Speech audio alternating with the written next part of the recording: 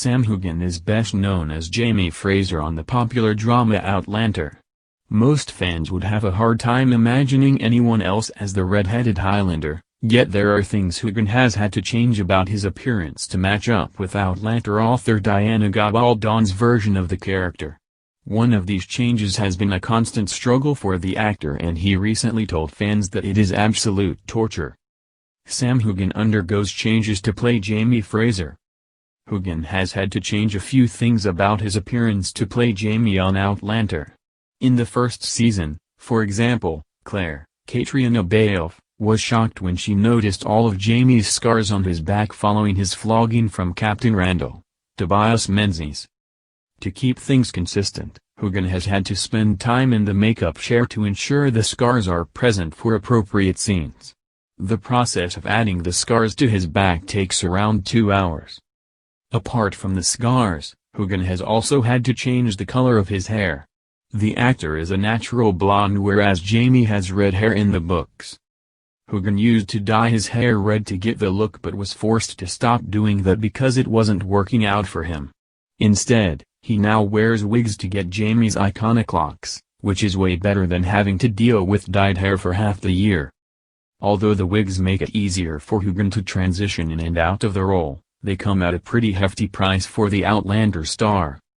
Sam Heughan opens up about wearing wigs for Outlander. Heughan recently talked about wearing wigs for Outlander in a Q&A session with W Network. According to Express, a fan asked the actor how he deals with wearing a wig for hours at a time. In response, Heughan said that the wigs are awful and compared wearing them for hours on set to a form of torture. "They're awful. Glue and itchy, especially when midges get under them, like torture," he stated. Heughan was quick to add that the wigs are useful in changing appearances without lasting months on end. He then called them a useful tool before moving on to other questions. In a recent interview, the makeup artist for Outlander, Wendy Kemp, revealed that none of the actors like to sit in the chair for hours. She also noted that Heughan is particularly impatient when it comes to getting him ready to play Jamie on the show. "He's a lovely man, but none of them are that patient in the chair," she said. "They don't want to be in any longer than necessary." While Heughan clearly doesn't like wearing a wig on the set, it is an essential part of the show. After all, red hair is exactly how Gabaldon envisioned the character when she penned the first book in the Outlander series. Diana Gabaldon opens up about her inspiration for Jamie Fraser. Outlander fans are eagerly waiting for the release of the next chapter in the Gabaldon series titled Go Tell the Bees That I Am Gone. Ahead of the big release, Gabaldon revealed the inspiration behind Jamie and Claire's story. According to Express, Gabaldon was inspired to create the story after watching an episode of Doctor Who that premiered in 1969. In the episode, the Doctor takes the TARDIS to Scotland in 1746 and finds himself in the middle of the Battle of Culloden, an event that plays an important part in Outlander.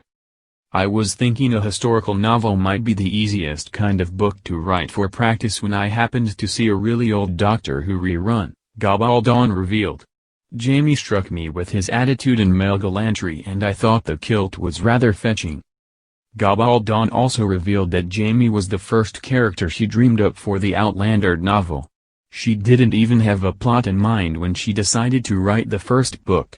All she had was a notion of a man in a kilt. "We do not know when Gabaldon's next book will be released, but she did promise that the novel will be out sometime this year."